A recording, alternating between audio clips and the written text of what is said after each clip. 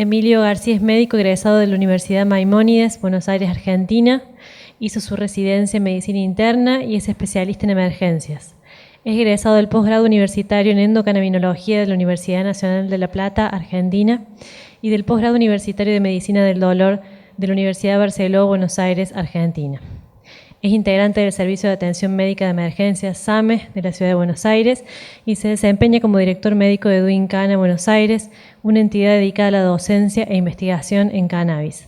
Es director científico de Canamérica e integrante del Consejo Asesor del Programa de Investigación en Cannabis del Ministerio de Ciencia, Tecnología e Innovación Argentina. Bueno, muchísimas gracias, Emilio, por estar aquí y a todos ustedes por estar presentes en esta última conferencia del día. Gracias. Bueno, muchas gracias a ustedes y bueno, vamos a comenzar para no demorarnos más con el horario. Hoy vamos a hablar sobre el manejo del dolor utilizando derivados de la planta de cannabis. Siempre como introducción a todo lo que es terapéutica con derivados de la planta de cannabis, hago una pequeña intro, si bien hay otras charlas destinadas a hablar más en profundidad, entender que todo aquello corporal, terapéutico, emocional o que suceda luego de ingresar derivados de cannabis a nuestro cuerpo, nuestro organismo, a nuestro sistema, va a estar de la mano de una serie de receptores que están repartidos en los órganos y en los tejidos, que interactúan con moléculas y muchos neurotransmisores y señales químicas que en el cuerpo van en pos, como estuvimos escuchando a lo largo del día, de generar un equilibrio, una homeostasis y un buen funcionamiento, ¿no?, de todo lo que eso significa. Una planta de cannabis tiene muchísimos componentes. Año a año, el doctor Lumir Janus, quien es de los investigadores principales del sistema endocannabinoide, fue quien aisló por primera vez la anandamida, que es el primer endocannabinoide endógeno que simila o funciona de una manera muy parecida a lo que es el THC, que es uno de los principales cannabinoides que tiene la planta, de los fitocannabinoides. Entonces desde ahí hubo mucha información y muchas investigaciones que dieron paso a lo que hoy sabemos. El doctor Lumir Janus aísla en su laboratorio en Israel componentes de la planta de cannabis y en el 2020 nos contó en su disertación que llevaban identificados 1429, 1938 fue en el 2021 en la conferencia en Chilecito en la Tercer Canamérica en Argentina y en febrero en Ecuador, en Quito, 2025, de los cuales 297 ya fueron contados como cannabinoides, fitocannabinoides. Ponemos muchas veces el ojo únicamente en el CBD, el THC es de lo único que se habla, o no se termina de tener la importancia o el entendimiento de que el efecto séquito, el efecto entourage, el utilizar la planta completa es utilizar todos estos componentes, no aislados, sino también en sinergia unos con otros. Entonces es realmente un universo de posibilidades. Volviendo exclusivamente a lo que es el tratamiento del dolor o cómo es que el THC, el CBD y el resto de los componentes de la planta interactúan en la señal dolorosa. En este gráfico tenemos en este extremo la parte periférica, sería una situación en la cual tengo una lesión en una articulación. Desde esa lesión, desde ese componente inflamatorio, desde ese lugar que se dispara la señal de dolor, va a ir atravesando por distintos haces de transmisión nerviosa a la médula y al cerebelo, y así va a llegar hasta las distintas áreas del cerebro. El cerebro va a procesar y va a traducir toda esa señal y en nuestro ser vamos a sentir dolor, en las distintas maneras que cada persona pueda sentir ese dolor y dependiendo también de cuál sea el origen de ese dolor. Es por una inflamación, es por una situación oncológica, es por un efecto adverso a un medicamento, es por alguna secuela neuronal de alguna cirugía. Bueno, podemos nombrar muchísimas causas de dolor. Lo que nos tiene que dejar este gráfico es que a lo largo de toda la transmisión, yo estoy señalando con el mouse, pero no se ve, de toda la transmisión de la señal dolorosa, los puntitos celestes y los triángulos rojos nos marcan los lugares donde hay receptores para cannabinoides, y la hojita de cannabis nos marca esa exacta interacción a todos esos niveles, cumpliendo distintas funciones y distintos efectos que van desde la inhibición de la transmisión nociceptiva en las neuronas del primer escalón, la inhibición de la sensibilización neuronal un poquito más arriba también, la activación de las vías inhibidoras descendentes, que eso es también estimular a compensar ese dolor o a tratar de poner en la balanza mejores sensaciones o endorfinas o situaciones que internamente y bioquímicamente en el cuerpo tratan de solapar o enmascarar ese dolor. El cannabis activa esas vías, así como inhibe que el sentir el dolor y transmitir el dolor, activa la compensación de eso mismo. Inhibe la transmisión nociceptiva ascendente también a nivel del cerebro y modifica, tiene un gran poder de modificar manifestaciones emocionales y cognitivas que son muy propias del sufrimiento emocional crónico que tienen aquellas personas que vivan con dolor, que vivan con distintos grados de dolor. No es solamente la sensación de la articulación que me duele, o el miembro fantasma, o la lesión en la columna puntual y localizada, sino un sinfín de situaciones que van de la mano de ese sufrimiento crónico de dolor, desde disminuir la productividad, la sociabilidad, la vida familiar. A todo nivel el dolor crónico impacta, inhibe, invalida. Entonces el cannabis no solamente va como analgésico puro, sino también nos sirve de antidepresivo, como vimos hace un ratito con Jaime, con el doctor Uchuk, que muy bien explicó desde la psiquiatría y desde todos los neurotransmisores que actúan a ese nivel, cómo es que el cannabis no funciona como antidepresivo, no funciona como ansiolítico y no funciona en muchísimos otros aspectos, más allá de lo que es la analgesia pura, que va de la mano de inhibir la transmisión del dolor. O sea, así es como el cannabis. ¿Por qué el cannabis genera alivio? Es en base a esta fisiología y a toda esta vía del dolor en la cual impactan sus derivados. Hay distintas maneras de incorporar cannabis y de administrarlo. En el uso del dolor lo podemos mixear eso, podemos hacer un tratamiento en base siempre a la persona, al continente de la persona, a la experiencia de esa persona, a tratar, pero se puede utilizar tanto la vía inhalatoria en la primera columna, fumado o vaporizado. El cannabis se puede ingresar por vía inhalatoria, por supuesto, si queremos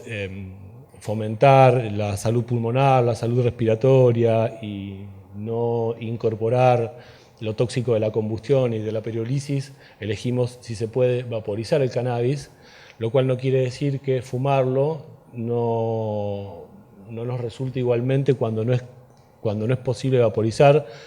que depende de tener acceso a un vaporizador que tiene un costo, que muchas veces no se puede solventar. Entonces, en el riesgo-beneficio hay que atravesar una situación oncológica o hay que atravesar una situación de dolor extremo.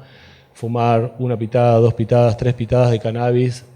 en compensación con todo lo que genera el dolor crónico, la verdad es que está en cada persona y en cada consultorio, ¿no? Si es que se hace de la mano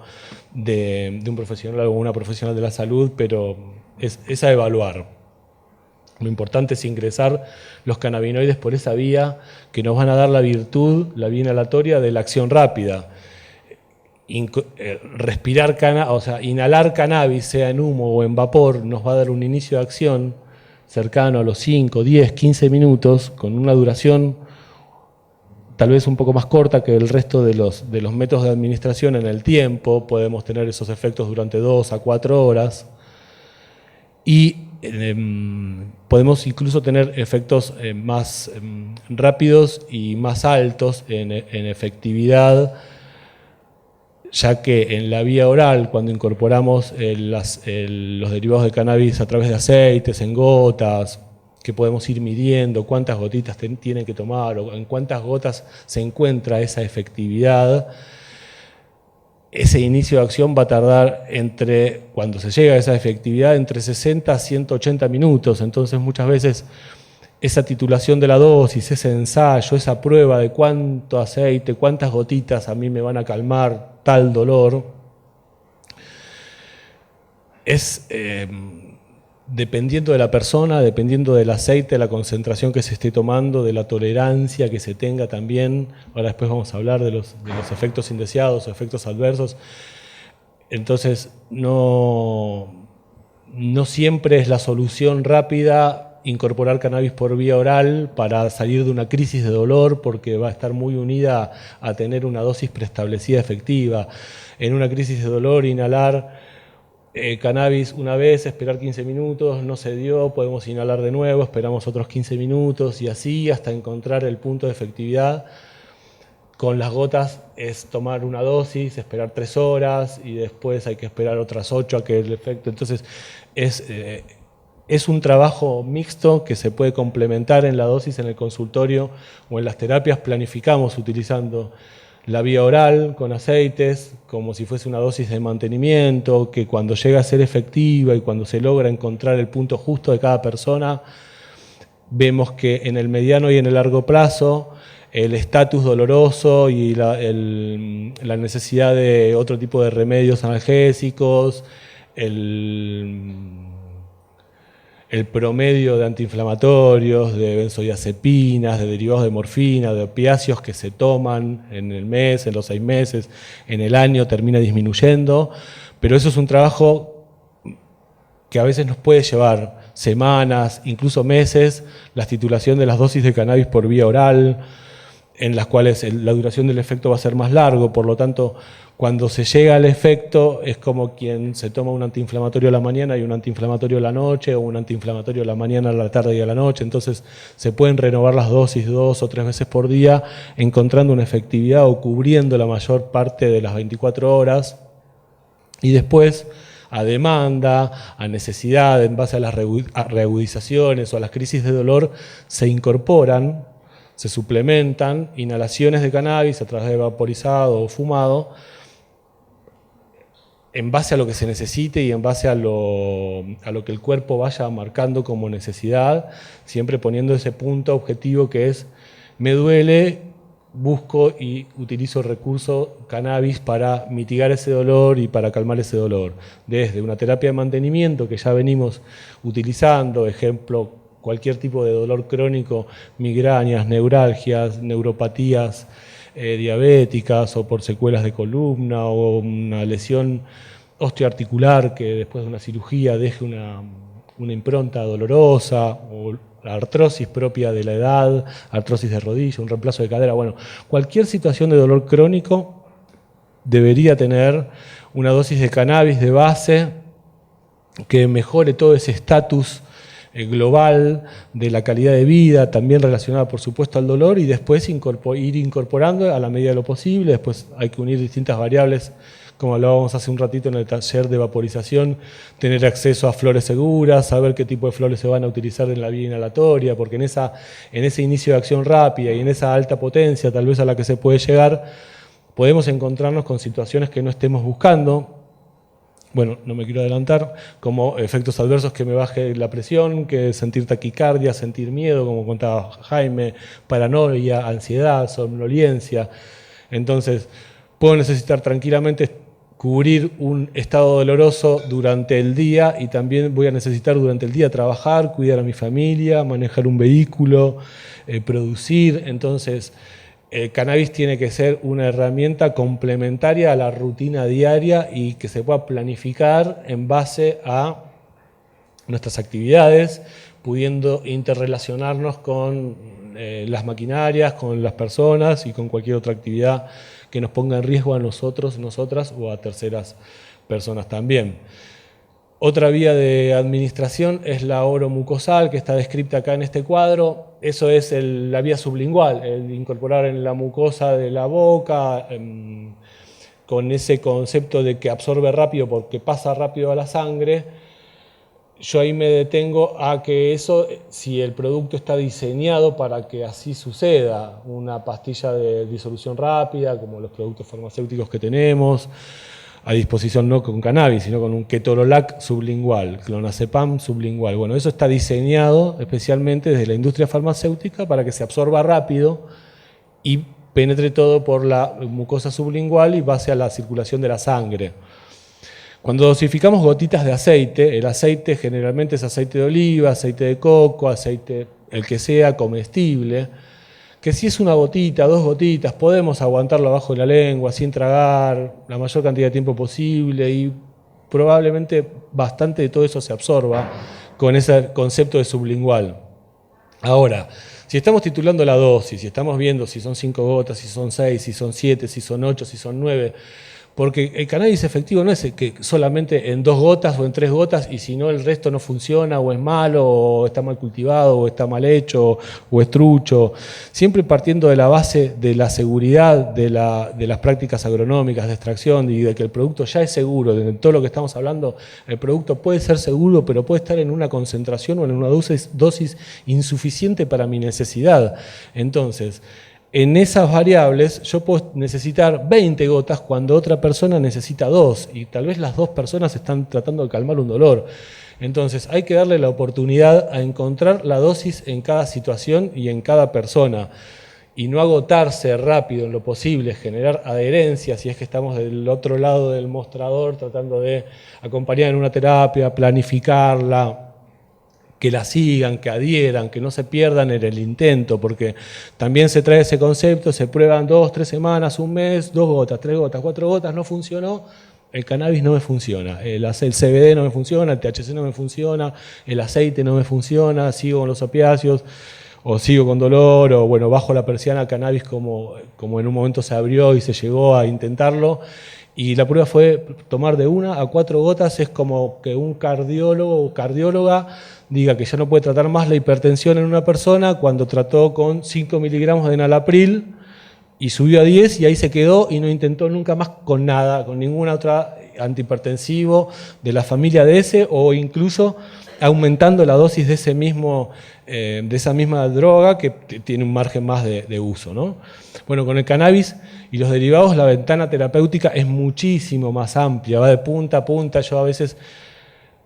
no tratando de ser irónico, pero como para plantear y generar una adherencia desde el vamos, en las dosis va desde el 0,001 al 150, entonces si empezamos sí o sí en el 0,001 y va siempre de menor a mayor y el aumento de la dosis tiene que ser progresivo y tiene que ser escalonado y tiene que ser medido y tiene que ser observado y hay que tratar de llegar a la mínima dosis efectiva sin generar. También cuando estamos del otro lado del mostrador hicimos un juramento hipocrático y partimos de la no maleficencia. Entonces, en pos de hacer el bien no podemos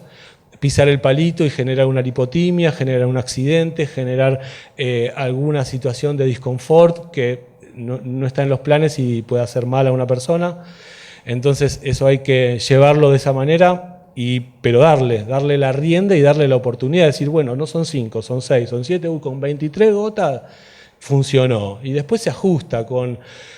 el abastecimiento y con el circuito de producción. Mirá, esto para no tomar 23 gotas no me lo pueden ajustar 20 veces la concentración para que sean 2. Bueno, entonces todo eso surge de una planificación y de una titulación de dosis en la cual hay que encontrarle el punto a cada persona, así como en el uso general. A veces estamos socialmente utilizando cannabis y en una misma ronda no todas las personas vemos que se retiran de la ronda o siguen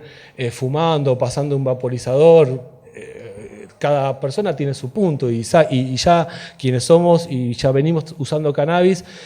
lo reconocemos ese punto y lo sentimos en el cuerpo, porque el cannabis lo sentís en el cuerpo, lo sentís en la mente. Entonces todo eso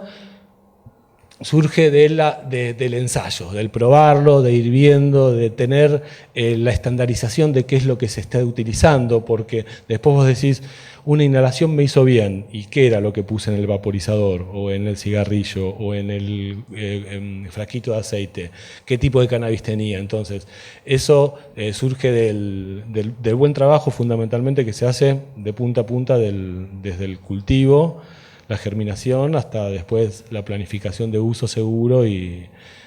me quedó acá la vía tópica, que es aplicarse, como contaba Jaime hace un ratito también, si no lo escucharon, la vía tópica puede ser desde un ungüento, una crema o cualquier relacionado al dolor, aplicarlo en una articulación o en una zona dolorosa. También se usan para otras situaciones como la psoriasis, cualquier dermatitis, úlceras, en donde a nivel tópico el cannabis tiene muchísima virtud, desde lo antiinflamatorio, lo regenerativo, lo antipruriginoso y por supuesto lo analgésico. Tenemos ahí la ventaja que no pasa a la sangre, entonces todos aquellos efectos adversos que van relacionados de el cannabis en la sangre como sustancia,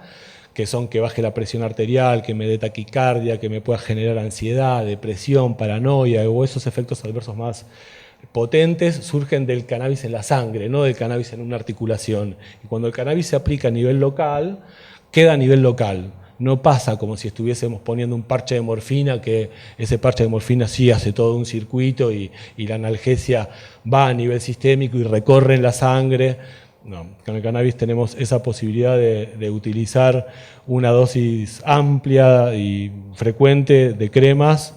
junto a las otras vías de administración sin poder ejercer una sobreingesta o alguna intolerancia. Las otras vías sí, la oral con la inhalatoria pueden dar una sumatoria de efectos y más allá de lo analgésico encontrarnos con algún efecto indeseado más potente y que dure más tiempo. En la planificación terapéutica, tanto como profesionales de la salud, como personas que utilizan cannabis y van a ir a brindarse, a sentirse acompañadas con un o una profesional de la salud, esto es lo mínimo que tendrían que hacer o exigir o buscar o por lo menos entender que si no se hace algo está faltando, que es hacer una historia clínica, que te hagan una historia clínica, que completen sobre los antecedentes de salud, sobre los antecedentes medicamentosos que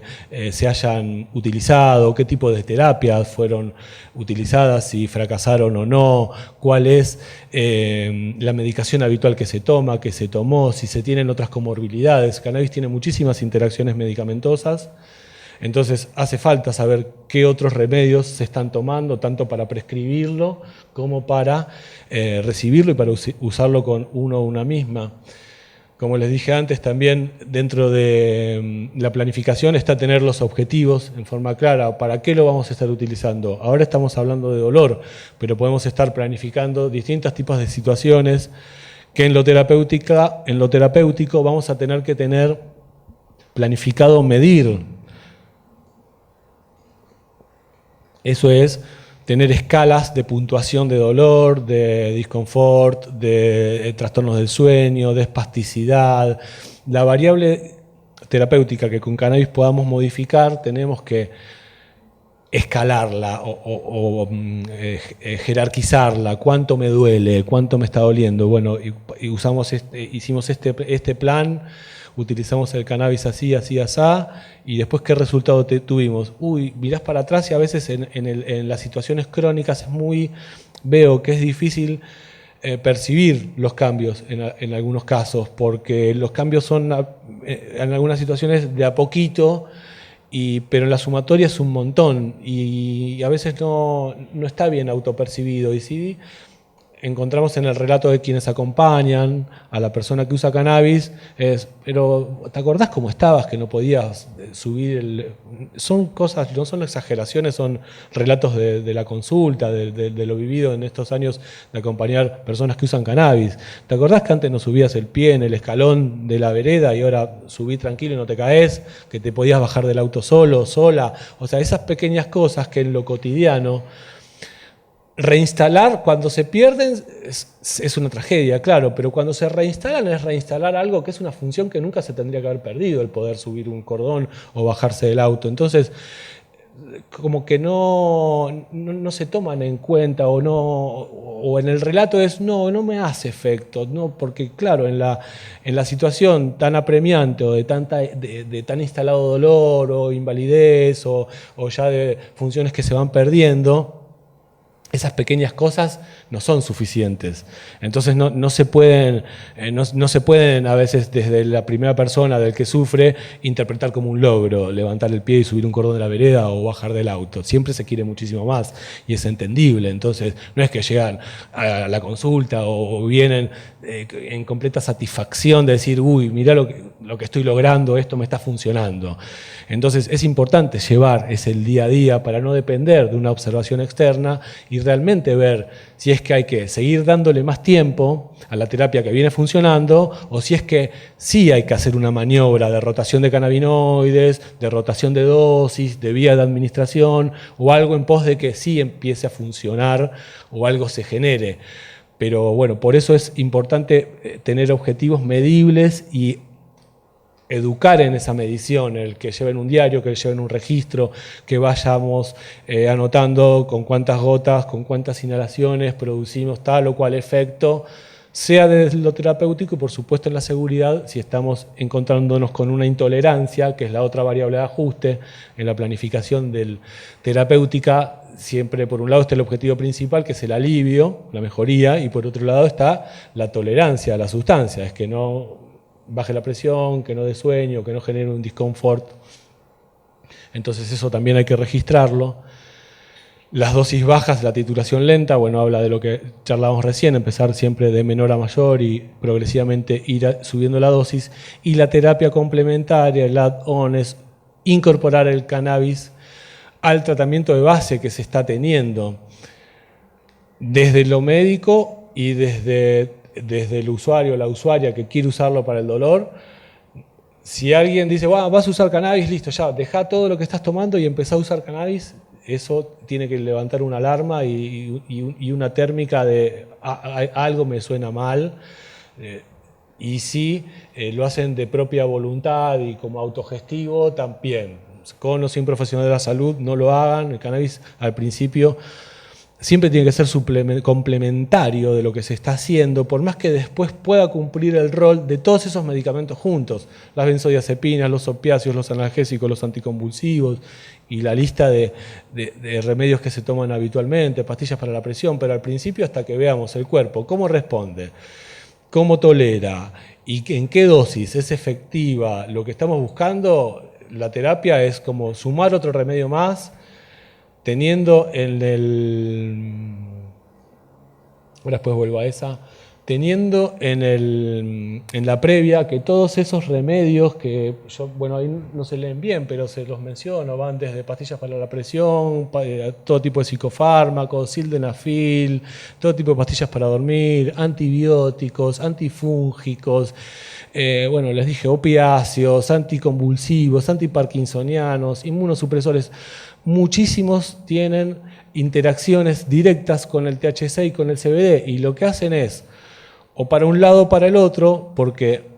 se metabolizan a través de la citocromo P450, es una enzima que tenemos en nuestros hígados que metabolizan sustancias, entre ellas el cannabis y todos estos que están en cada uno de estos cuadros. Entonces, compiten por la metabolización, por la eliminación, porque el hígado cumple esa función de depurar esas sustancias y más allá de generar en todo ese circuito metabolitos también activos, como contaba Jaime, que sucede con el THC cuando se ingiere, también va perpetuando que ese otro grupo de remedios quede en la sangre, como ejemplo, de que algún psicofármaco no se elimine, entonces seguimos tomando el psicofármaco en la misma rutina que lo veníamos haciendo, en el mismo gramaje, en la misma cantidad de comprimidos por día, y en simultáneo utilizamos THC, CBD, derivados de la planta de cannabis, y todo se acumula hasta que de repente genera el efecto adverso y expresa la sobredosis de una benzodiazepina, de un anticonvulsivo, de cualquier otra droga, o al revés, perpetúa el efecto del THC y no deja que el THC se elimine y puede generar algún efecto de intolerancia. Esto es como para que tengan en cuenta que existen distintas situaciones que hay que prestarle atención. En este caso, esta descripción la hace el Colegio de Médicos de Familia de Canadá, quienes ya llevan 20 años de regulación de cannabis de uso médico y ya cerca de 5 o 6 de cannabis de uso general, adulto o mal llamado recreativo. Y nos recomienda que tengamos precaución en la utilización de cannabis en personas menores de 25 años. Eso se debe, que es la edad de corte del neurodesarrollo. Entonces, cannabis interacciona directamente sobre el sistema nervioso central y periférico, y toda sustancia que actúa sobre el sistema nervioso central y periférico mientras éste se esté desarrollando en la vida, hay que utilizarlo con muchísimo cuidado. No quiere decir que no se utilice, pero es un punto a tener en cuenta en aquellas personas que hayan tenido antecedentes de patología de salud mental, historia de uso problemático de cualquier sustancia, enfermedades cardíacas, pulmonares, el embarazo, la lactancia. Son situaciones en las cuales tenemos que encontrar un momento oportuno de incorporar una terapia con cannabis. No son contraindicaciones absolutas, de hecho muchísimas personas tienen patologías cardíacas y utilizamos cannabis para intentar controlar el dolor o cualquier otra situación de salud, y no es que no lo hacemos, pero sí ponemos muchísimas alarmas sobre la presión arterial, sobre la taquicardia, sobre la medicación cardiovascular que se esté tomando. Y por supuesto, si cualquiera de esas enfermedades están inestables y están en un momento en donde desde la cardiología el cardiólogo está tratando de encontrarle el punto al antihipertensivo, o le acaban de colocar 2 stents y va y viene a la guardia porque cada 2 por 3 está con dolor de pecho y piensa que se infartan, o están por ponerle un marcapaso porque está con una arritmia. Bueno, todas esas situaciones no son el mejor momento y el momento más oportuno para iniciar una terapia con cannabis, cuando el cannabis, ahora sí, ya entrando en lo que son los efectos adversos asociados al uso del cannabis, puede estar la taquicardia, la hipotensión arterial, las palpitaciones, los mareos, la lipotimia, la somnolencia, el cansancio, las náuseas, algún déficit cognitivo, la ansiedad, la euforia. Son todas situaciones en las cuales, si estamos atravesando una situación de inestabilidad cardíaca, por supuesto no es el mejor momento para incorporar cannabis. Ahora sí, luego, una vez que esa parte esté resuelta, con muchísimas pautas de alarma, mucha observación y mucho cuidado en la titulación de la dosis, se puede hacer tranquilamente y encontrar una buena adaptabilidad a la sustancia cannabis, a todos los derivados de la planta, y con muy buenos resultados en base a los objetivos analgésicos o terapéuticos en cualquier otro sentido. Esto es una publicación que hacen en revistas de medicina interna. Muchas veces vamos a escuchar, tanto en colegas como en médicos o médicas o en profesionales de la salud, que se consultan desde la persona usuaria que quiere acompañar alguna enfermedad utilizando cannabis, que responden que no hay evidencia, que de eso no se sabe, que no hay soporte científico, académico, como para poder llevar adelante una terapia de cannabis, y con eso devuelven la pelota, se sacan el tema de encima y la persona queda boyando por ahí, y en el mejor de los casos se pone a cultivar y ve qué es, y si no termina comprando por Mercado Libre o en cualquier otro circuito irregular y haciendo una autogestión y una experiencia peligrosa en muchos casos. Hay muchos estudios en base, acompañando esto que les decía. En el año 2015, por ejemplo, en Canadá hubo un grupo liderado por el Dr. Ware que midieron la efectividad y la seguridad del cannabis de uso crónico en situaciones de dolor. Midieron capacidades cognitivas, hicieron laboratorios bioquímicos de sangre con mediciones hematológicas, hicieron mediciones de distintas funciones y no encontraron ningún déficit ni ningún efecto adverso grave en aquellas personas que utilizaron cannabis. Un grupo de 215 voluntarios y voluntarias también con un grupo control, y por supuesto todos los resultados terapéuticos a favor del alivio del dolor, la mejoría de los estados de ánimo, de la calidad de vida y demás. Así como ese estudio, ahora hago un repaso rápido, ¿no? Pero como para que vean que la evidencia ya aparece en las revistas esas de medicina basada en la evidencia, en la que los grupos médicos y de mucha regla y mucha formalidad terapéutica necesitan en algunos casos para revalidar sus acciones en los consultorios y en su desarrollo profesional, de este tipo de información como para decir, bueno, si lo dice esta revista está bien, o si apareció en tal lado funciona. Bueno, todo eso ya está en estas revistas, por supuesto por las limitaciones que tiene el cannabis en general, en la investigación, en la importación, en el desarrollo, las leyes que se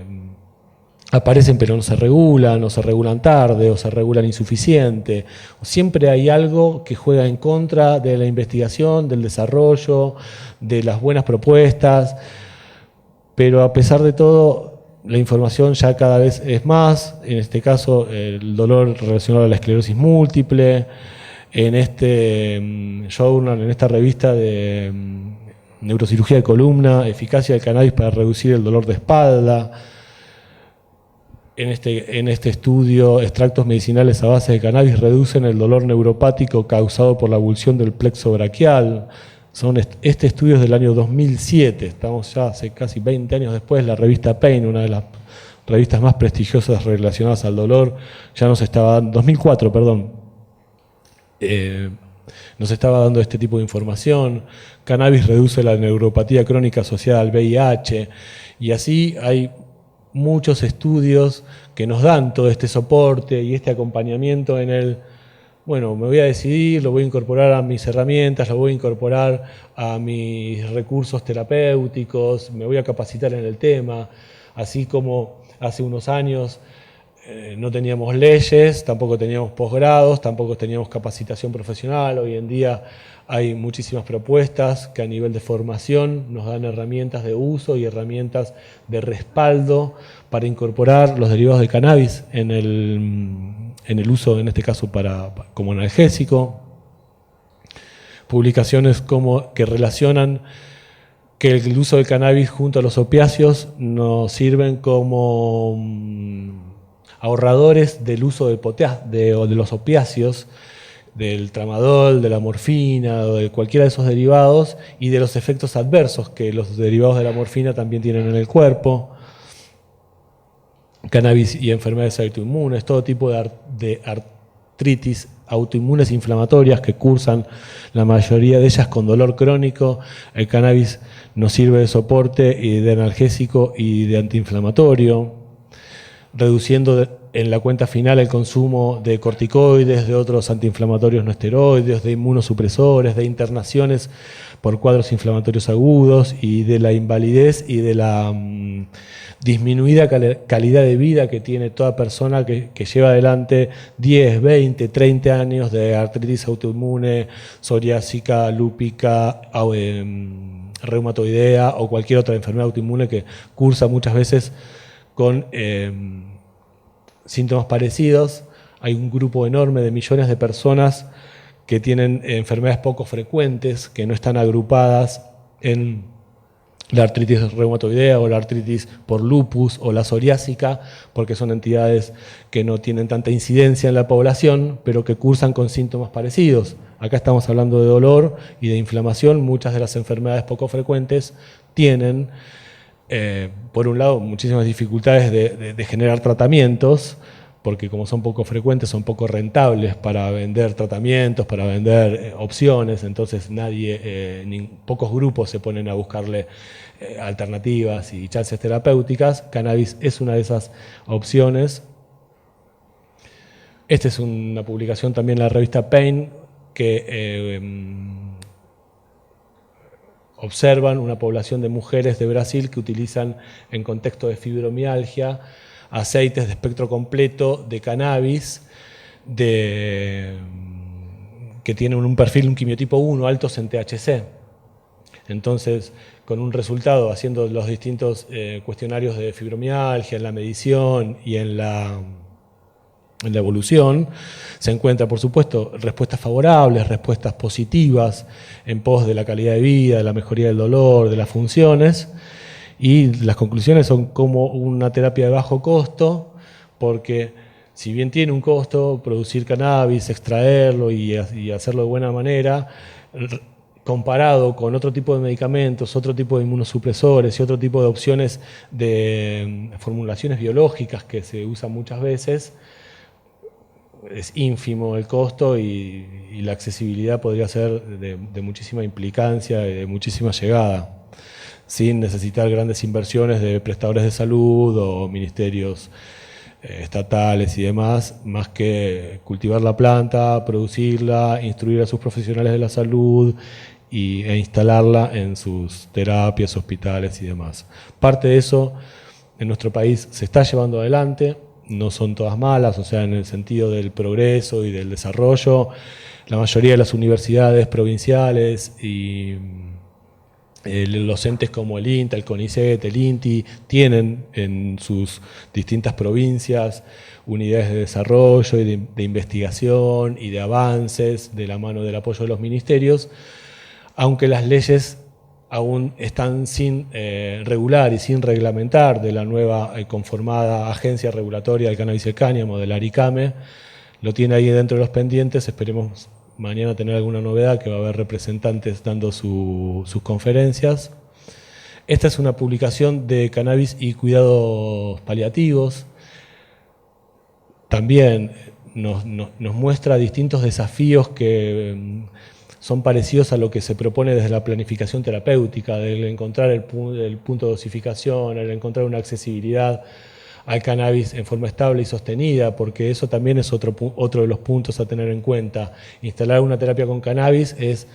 no solamente ver, el cannabis analgésico, 2 gotitas y que te calme el dolor, el cannabis analgésico y que el cannabis analgésico y después lo vamos a poder volver a conseguir, y el cannabis analgésico de dónde va a salir, y si no nos hace bien tenemos opciones para probar con otro, o sea, todo eso hay que preverlo también desde la previa de la instalación de la terapia, porque no se pueden generar falsas expectativas, no se puede instalar una terapia que después no se va a poder continuar, mucho menos si después hace bien, o sea, cómo dejamos de usar algo que nos está haciendo bien. La verdad que eso es muy duro desde el lado de la asistencia y desde la compañía de una situación que después no le vas a poder dar continuidad.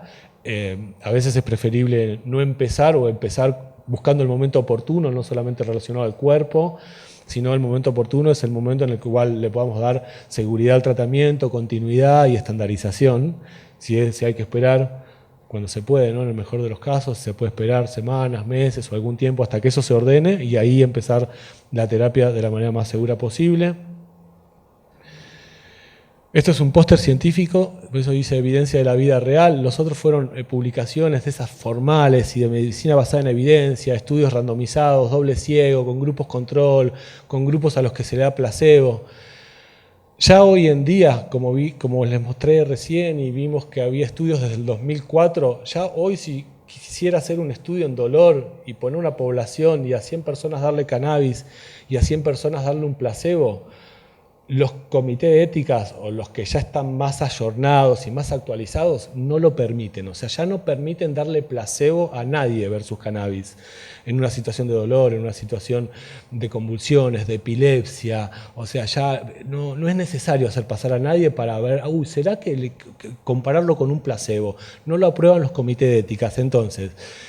es muy difícil muchas veces, excepto que se tengan millones de millones para patentar un producto y sea la industria farmacéutica, hacer esos estudios que cuestan tanta plata y tanto desarrollo y que después tengan una validez. Ahora,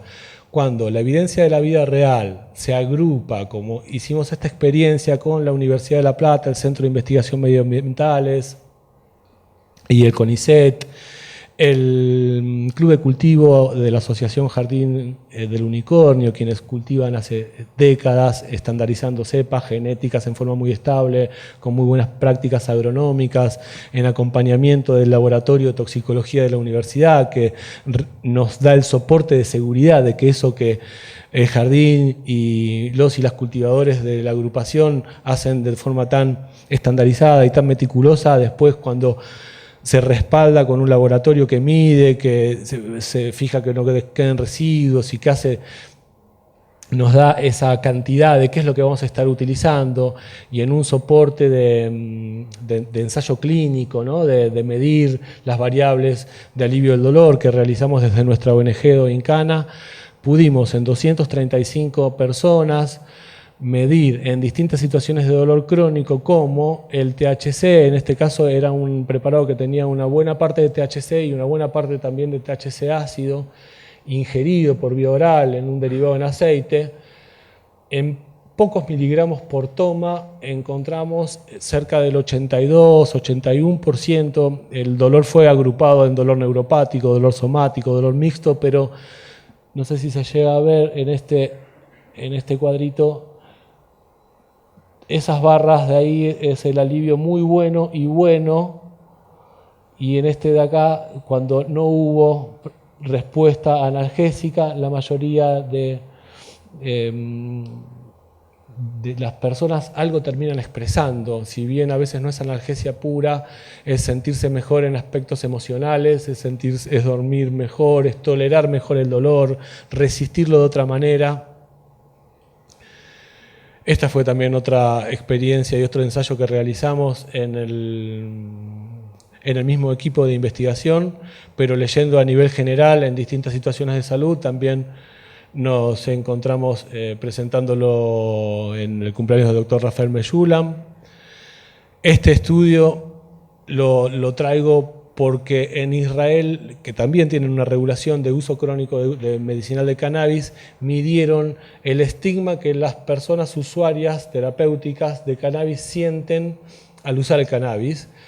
que el resto de las personas, cómo te miran, cómo nos miran por usar cannabis, tanto el resto de los médicos que interactúan muchas veces multidisciplinariamente, aunque hay un grupo que lleva adelante la terapia con cannabis, después visitamos a un neurólogo, visitamos a un oncólogo, visitamos al reumatólogo, al cardiólogo, a la cardióloga, distintos especialistas que van aportando lo suyo y van metiendo el bocadillo de, ya te estás falopeando, ya te estás drogando, ya caíste en esto. Bueno, entonces eso genera estigma, genera falta de adherencia, genera falta de respuesta, genera desapego al tratamiento, genera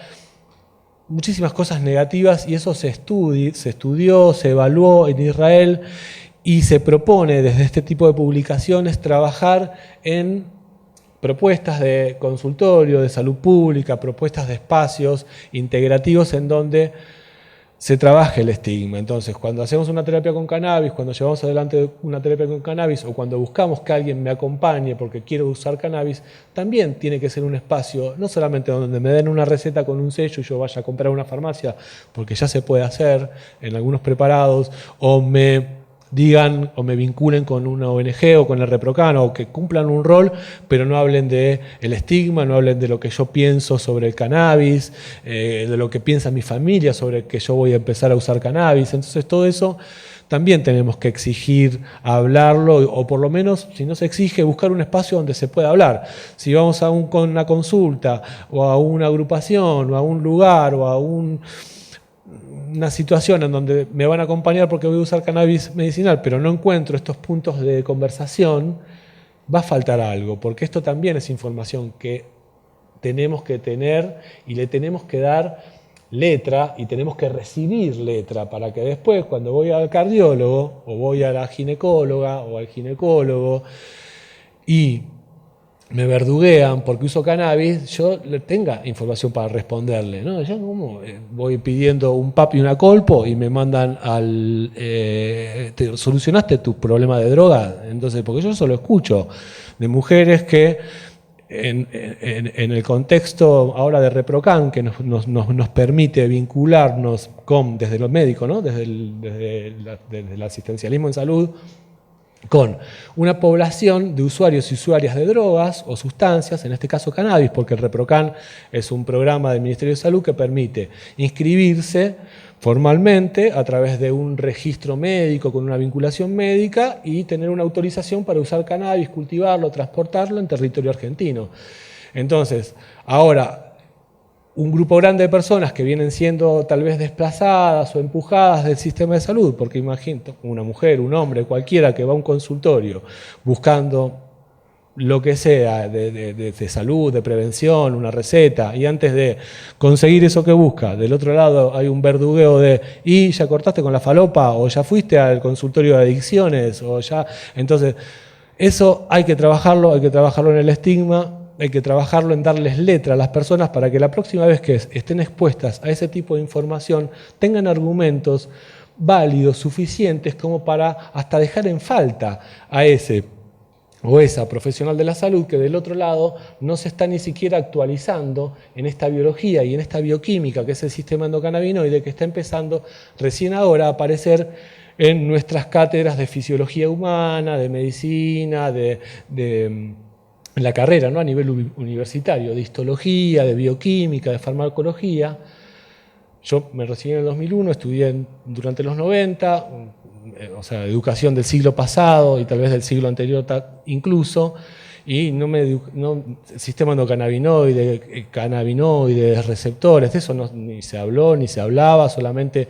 marihuana desde la toxicología, tóxico y desde la intoxicación aguda. De a poco eso va cambiando. Y si no, tenemos que, bueno, los pequeños o medianos o grandes espacios que tengamos, dar letra para que esto sea difundido a todo nivel, no solamente vertical, con ese famoso verticalismo médico en donde es lo que dice el médico y nada más. Bueno, que también sea lo que dice la gente, las personas y quienes saben más, muchas veces más de cannabis que los grupos de salud. Este mapa es un mapa de organizaciones canábicas que realiza un grupo de investigación de la mano de la compañera Lila Torre de la Universidad de Patrimonio Cultural e Inmaterial de la Universidad de La Plata. Es una investigación viva en la cual se recopila información de las organizaciones que vienen actuando en cannabis. Ahí vemos con los puntitos verdes son las ONGs, las azules son ONGs con dispositivos clínicos y de salud. Hay algunas, no se ve bien, pero hay una patita como de una mascota, que son aquellas ONGs que también tienen dispositivos de salud animal no humana. Hay puntitos rojos que dicen ONGs que tengan sistemas de abastecimiento o que por lo menos lo declaren, y negro con barritos son aquellas ONGs o provincias en donde aún tenemos presos y presas por cultivar cannabis, que mientras seguimos regulando y seguimos progresando en la industria, en la tecnología, en los programas de investigación, del cual yo formo parte también, hay personas que están cumpliendo condenas por haber tenido 2, 3, 4, 5 plantas para cultivo personal, para cultivo familiar. Entonces, también de eso no nos olvidamos y se sigue pidiendo una revisión de todas esas situaciones e incluso una amnistía de todas aquellas personas que están cumpliendo condena y que tienen que tener un resarcimiento más allá de recuperar su libertad. La ley 27350 y la 27669 es la que nos da el marco medicinal de industria y de investigación. La ley 27669, cuando les dije hace un ratito, le falta la regulación que tiene que venir de parte de la agencia. Y la ley 23737 es la ley de drogas, la ley penal, la ley que castiga, el Código Penal que todavía no cambió, que sigue siendo una lucha que cambie y es una bandera que aún no está resuelta, que no bajamos, que no está todo resuelto con las leyes industriales y medicinales, sino tiene que cambiar también la ley penal y la ley de drogas. Declaración de Lima, que invito a que ingresen en nuestras redes sociales. Desde el 2019 nos juntamos en Canamérica, grupo de profesionales y no profesionales relacionados al uso de la planta del cannabis. Vamos rotando en distintas ciudades. Lima, la primera, Santiago de Chile, Chilecito, La Rioja, la última en Quito en febrero. Todavía no tenemos la próxima, pero será nuestro 5º encuentro. Basado en distintos reglamentos, pactos internacionales, hicimos esta declaración y ya tiene cientos de firmas. Muchas gracias y a disposición para cualquier pregunta.